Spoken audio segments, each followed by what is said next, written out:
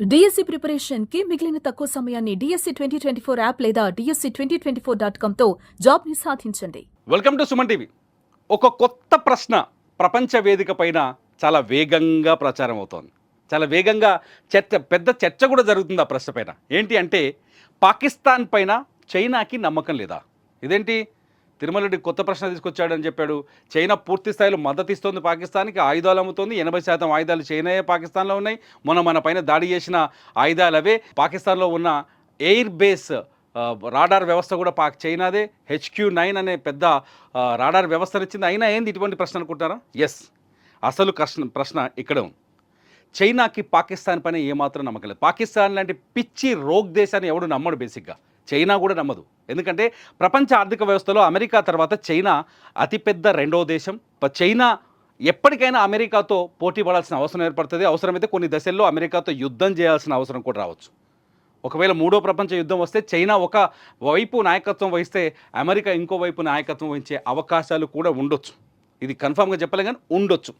ఆ యుద్ధం ఎక్కడ మొదలైనా ఈ రెండు దేశాలు ప్రభావితం చేసే వర్గాలే ఉంటాయి. ఈ రెండు దేశాలకి పరిధిలో ఉండే దేశాలే ప్రచన్న పోరాటం చేస్తాయి. అయితే అటువంటి చైనా టెక్నికల్గా కావచ్చు, టెక్నాలజీలో కావచ్చు, ఇన్ఫ్రాస్ట్రక్చర్లో కావచ్చు, ఆదాయంలో కావచ్చు, అన్ని రకాలుగా వరల్డ్లో సెకండ్ లెవెల్లో ఉంది, పాపులర్గా ఉంది. చైనా నుంచి ఆయుధాలు కొనే దేశాలు చాలా ఉన్నాయి. చైనా తయారు చేసిన ఆయుధాలు కొనే దేశాలు చాలా ఉన్నాయి. ఇప్పుడున్న HQ-9 రాడార్ వ్యవస్థతో సహా, యాంటీ డిఫెన్స్ సిస్టమ్తో సహా. కానీ పాకిస్తాన్కి ఇచ్చిన ఆయుధాల్లో నాణ్యత లేని ఆయుధాలు ఇచ్చింది చైనా అనే చర్చ ఒకటి బలంగా వచ్చింది. ఎప్పుడు ఆఫ్టర్ ఆపరేషన్ సింధూర్ తర్వాత. భారతదేశం ఈ పహల్గామ్ దాడి తర్వాత భారత సైన్యం త్రివిధ దళాలు 2 సార్లు చైనా పైన దాడి చేశాయి. ఈ కథ చాలా స్పష్టంగా క్లియర్గా వినండి. 2 సార్లు దాడి చేస్తే, ఒకటి మే 7వ తేదీ అంటే 6వ తేదీ నైట్ 1:05 నుంచి 1:44 వరకు పాకిస్తాన్ భూభాగంలో 4 చోట్ల, POKలో 5 చోట్ల భారత డ్రోన్లు వెళ్ళి బాంబులు వేసి వచ్చాయి అక్కడి ఉగ్రవాద శిబిరాలపైన. ఒకవేళ భారతదేశం లాంటి దేశం బాంబులతో, మిసైల్స్తో అటాక్ చేసినప్పుడు ఖచ్చితంగా వాటిని తిప్పికొట్టే రాడార్ వ్యవస్థ చైనా దగ్గర నుంచి ఉంది. ఆ రాడార్ వ్యవస్థ యాక్టివేట్ అయ్యి రివర్స్ అటాక్ చేయాలి. చేయలేకపోయింది. చైనా ఫెయిల్ అయింది. అక్కడ చైనా టెక్నాలజీ ఖచ్చితంగా ఫెయిల్ అయిపోయింది. సరే వదిలేద్దాం. ఆ రోజు నిద్రపోయారు, పట్టించుకోలేదు. ఆడికి ఆలుస్తాడని వీళ్ళకి తెలియదు, ఇప్పుడే యుద్ధం వస్తుందని తెలియదు, వీళ్ళు ఇప్పుడు అటాక్ చేస్తారనే విషయం కూడా వాళ్ళకి తెలియదు. వదిలేద్దాం. పహల్గామ్ దాడి తర్వాతనే, నిజానికి ఇక్కడ వదిలేయడానికి కూడా ఏం లేదు. ఎందుకంటే పహల్గామ్ దాడి తర్వాత పాక్ వణికిపోయింది, చెమటలు పట్టింది. పాక్ ప్రధాని ఒక 5 సార్లు 6 సార్లు చెప్పారు, యుద్ధం భారతదేశం ఎప్పుడైనా పాకిస్తాన్ పైన దాడి చేసే అవకాశం ఉందని. అప్పటికే వాళ్ళ రాడార్ వ్యవస్థలన్నింటినీ యాక్టివేట్ చేశారు. ఎయిర్ బేస్లు కూడా, ఎయిర్ డిఫెన్స్ సిస్టమ్స్ కూడా యాక్టివేట్ చేసి పెట్టారు. కట్ చేస్తే అవేవి భారత దాడిని అడ్డుకోలేకపోయాయి. మే 6వ తేదీ అంటే 7వ తేదీ మనకు మార్నింగ్. కట్ చేస్తే మే 10వ తేదీ, 7వ తేదీ తర్వాత చైనా మన పైన వరుసగా దాడులు చేయడం మొదలుపెట్టింది, అటాక్ చేయడం మొదలుపెట్టింది. ఏదో డ్రోన్లు పంపించడం, సీజ్ ఫైర్ ఉల్లంఘించి POK చుట్టూ కాల్పులు జరపడం, బాంబులు వేయటం, మోటార్లతో దాడి చేయటం. ఆఖరికి మన పూంచ్ సెక్టార్లో ఆఖరికి చిన్నపిల్లలు చంపారు కదా, పూంచ్ సెక్టార్లో దాదాపు 15 మందిని చంపేయటం, గ్రామీణ ప్రాంతాలపైన దాడి చేసి అమాయకుల ప్రాణాలు తీయటం పాకిస్తాన్ చేస్తూ వచ్చింది.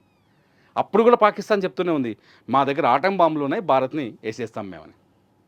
ఓకే, మే 10వ తేదీ మధ్యాహ్నం పట్టపగలు భారత వైమానిక దళం చాలా తెలివిగా పాకిస్తాన్లోని 9 పట్టణాలు రావల్పిండిలో ఉన్న ఎయిర్ బేస్తో సహా, చైనాకి పాకిస్తాన్కి సైనిక రాజధాని రావల్పిండి కదా, ఇస్లామాబాద్, లాహోర్, రావల్పిండి, కరాచీ, పాకిస్తాన్లో హైదరాబాద్, ఎక్కడెక్కడైతే ఎయిర్ బేస్లను ఏర్పాటు చేసుకుందో చైనా ఇచ్చిన టెక్నాలజీతో, ఆ ఎయిర్ బేస్లు అన్నింటినీ నాశనం చేసి వచ్చింది భారత ఆర్మీ. భారత వైమానిక దళం చేసింది దాడి.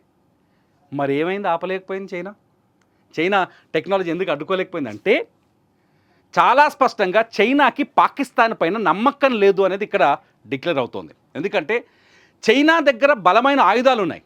చైనా దగ్గర అమెరికాను ఢీకొట్టేంత శక్తి ఉంది. అమెరికా లాంటి దేశాలను కూడా ఎదుర్కొనేంత శక్తి ఉంది. చైనా ఓడలు కావచ్చు, చైనా తయారు చేసిన ఆయుధాలు కావచ్చు, అవి చైనా పరీక్షించిన క్షిపణులను చూస్తుంటే నిజంగా భారత్ లాంటి దేశాలు కూడా భయపడాల్సిన పరిస్థితి ఉంటుంది. అంత పెద్ద టెక్నాలజీ ఉంది చైనా దగ్గర. కానీ ఒకవేళ చైనా ఈ టెక్నాలజీని పాకిస్తాన్కి అమ్మినా, పాకిస్తాన్లో ఇన్స్టాల్ చేసిన ఆ టెక్నాలజీని అమెరికా పరిశీలించి వాటి లూపోల్స్ని పట్టే అవకాశాలు ఎక్కువగా ఉంటాయి. ఎందుకంటే పాకిస్తాన్ చైనాతో స్నేహం చేస్తూ చైనాతో అంటకాగుతూనే అమెరికాతో దొంగ ఒప్పందాలను కుదుర్చుకుంది. ఆ ఒప్పందంలో భాగంగా పాకిస్తాన్ ఏ క్షణమైనా అమెరికాకి సహాయం చేసే వీలుంది. ఎందుకంటే కిర్వానా పర్వతాల్లో అణుబాంబుల పైన భారత్ దాడి చేసిందని ఒక చర్చ జరిగింది కదా. ఈ చర్చలో భాగంగా ఫస్ట్ భయపడేది అమెరికానే. అమెరికాకు సంబంధించిన B-350 విమానం వేసుకొని వచ్చి కిర్వానా పర్వతాల్లో దాడి జరిగిందా లేదా అని ఒక సర్వే కూడా తీసుకెళ్ళిపోయింది. ఈజిప్ట్ నుంచి బోరాన్ తీసుకొచ్చి ఆ కిర్వానా పర్వతాల చుట్టూ చల్లించి వెళ్ళింది.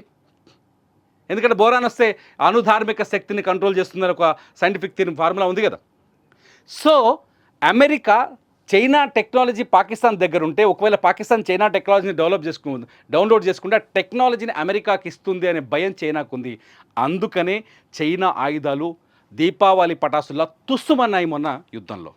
ఇప్పుడు చైనాని కూడా పాకిస్తాన్ నమ్మలేని పరిస్థితి ఏర్పడింది. అందుకనే పాకిస్తాన్ పైన పాక్ను చైనా నమ్మడం లేదా అనడానికి ఇక్కడ ఆస్కారం ఏర్పడింది. నిన్న అమెరికాకు సంబంధించిన యుద్ధరంగ నిపుణుడు మాజీ కల్నల్ జాన్ స్పెన్సర్ ఒక కీలకమైన ప్రకటన చేశారు. భారతదేశానికి సంబంధించిన బ్రహ్మోస్ క్షిపణిని ఎదుర్కొనే శక్తి ప్రపంచంలో ఏ దేశానికి లేదని, చైనా లాంటి రాడార్ వ్యవస్థని కూడా నాశనం చేయగలిగింది ఈ బ్రహ్మోస్ క్షిపణి అని. ఇది అత్యంత బరువైనది, అత్యంత భయంకరమైన క్షిపణిగా ఈ ప్రపంచవ్యాప్తంగా పేరు తెచ్చుకుంది. సో బ్రహ్మోస్ క్షిపణిని అడ్డుకోలేని శక్తి పాకిస్తాన్కి లేదు, పాకిస్తాన్ దగ్గర ఉన్న చైనా టెక్నాలజీకి లేదు.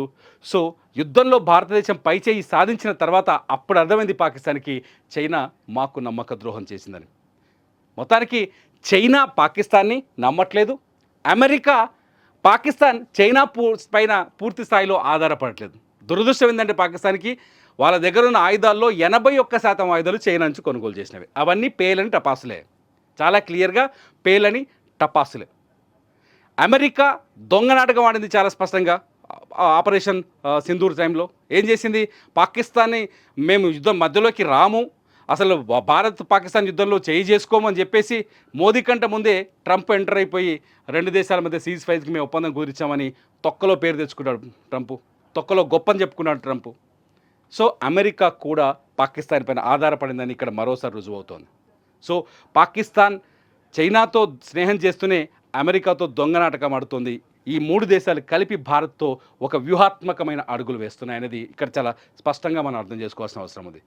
సో పాకిస్తాన్ ఎప్పుడు బలమైన ఆయుధ సంపత్తిని కలిగి లేదు, పాకిస్తాన్కి ఎప్పుడు బలమైన ఆయుధాలు ఉంటాయనే నమ్మకం కూడా ఎవరికి లేదు.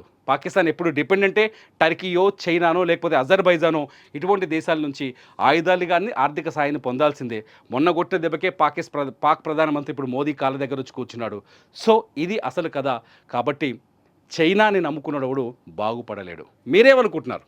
నిజంగా ఇది వాస్తవం అనుకుంటున్నారా, అవాస్తవం అనుకుంటున్నారా? ఈ వీడియో కింద కామెంట్ చేయండి. చూస్తూనే ఉండండి సుమన్ టీవీ.